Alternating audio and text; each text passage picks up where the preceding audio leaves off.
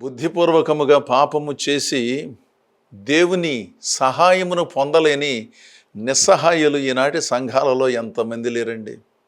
ఏమిటోనండి, మా జీవితంలో ఈ శుభం జరగటం లేదండి, ఏం చేయాలండి, మా కోసం ప్రార్థన చేయండి, మీ అనుదిన ప్రార్థనలో జ్ఞాపకం చేసుకోండి. ఇలాంటి అభ్యర్థనలు సహజంగా మీరు వింటారు, నేను వింటాను. అనుదిన ప్రార్థనలో అందరినీ జ్ఞాపకం చేసుకోవడం అడిగే వాళ్ళకి చేత కాదు, విన్న వాళ్ళకి చేత కాదు అనే సంగతి మన అందరికీ తెలుసు కదండి. ఇక ప్రతిరోజు ఈ అంశాల గురించి ప్రార్థన చేస్తూ ఉంటే మిగిలిన అంశాల గురించి ఎవరు ప్రార్థన చేస్తారు?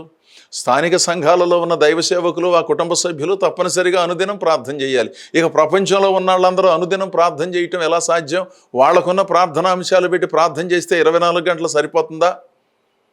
ఏ ప్రాంతంలో ఉన్నవారు, ఏ సంఘములో ఉన్నవారు, ఏ కుటుంబంలో ఉన్నవారు ఆ కుటుంబ పరిస్థితుల కోసం వాళ్ళు ప్రార్థన చేసుకుంటే బాగుంటుంది. అప్పుడప్పుడు దైవ సేవకులు కూడా గుర్తొచ్చినప్పుడు ప్రార్థన చేస్తారు. అసలు మనం గ్రహించవలసింది ఏంటంటే, బుద్ధిపూర్వకముగా దైవ విరుద్ధమైన సంగతులు జరిగించకూడదు. బుద్ధిపూర్వకముగా దేవుని సేవకులకు విరోధంగా మాట్లాడకూడదు. పొరపాటైతే పొరపాటు అనాలి. ఒకవేళ మాట్లాడితే వెంటనే సవరించుకోవాలి, పశ్చాత్తాపంతో అందులో నుంచి బయటపడాలి.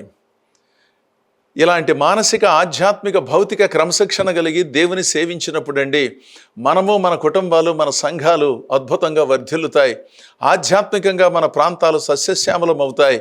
అలాంటి ఉన్నత భావ సంప్రదాయాలతో, ఉన్నత గుణలక్షణాలతో మనలను మనం శోభాయమానంగా అలంకరించుకొని ఆధ్యాత్మిక గుణ సంపదలో విస్తరిస్తూ అనేక మందికి ఆ గుణ సంపదను పంచుతూ ఈ దేవునిలో ముందుకు సాగుదాం.